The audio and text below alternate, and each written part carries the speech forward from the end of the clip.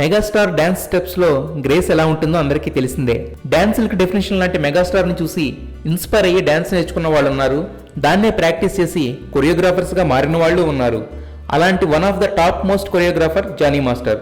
టాలీవుడ్ లో top 5 choreographers లో ఒకరైన జానీ మాస్టర్ మెగా ఫ్యామిలీకి కంపోజ్ చేసిన ప్రతి సాంగ్ బ్లాక్ బస్టర్ అయింది.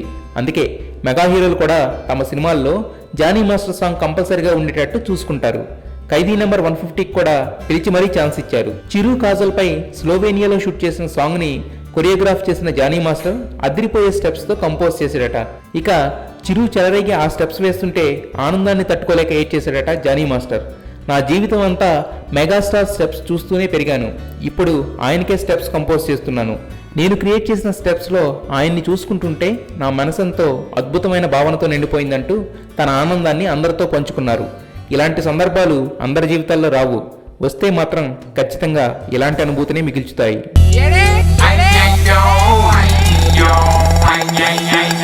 అరే బతకడానికి ఏదోటి చేయాలంటే పందికి నాకు పెద్ద తేడా ఉందిరా. ఇప్పటికైతే పెద్ద తేడా ఏం లేదురా. నిమిషానికి రా. తెలివి ఉండడం, చెయ్యగలనే నమ్మకం ఉండడం మంచిదే. కాకపోతే చేయడం మొదలు పెడితే తెలుస్తుంది మన చావేమిటో.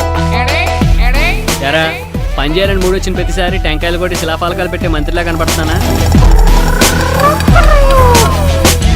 కానీ ఏదో చేయటం అంటే ఏది పడితే చేయటం కాదురా. ఓ విజన్ ఉండాలి. దెబ్బకి ప్రపంచాన్ని మొత్తానికి దిమ్మ తిరగాలి. వీడు మారడు, మందు మార్చేయాల్సిందే. కారం దోశ టైటిల్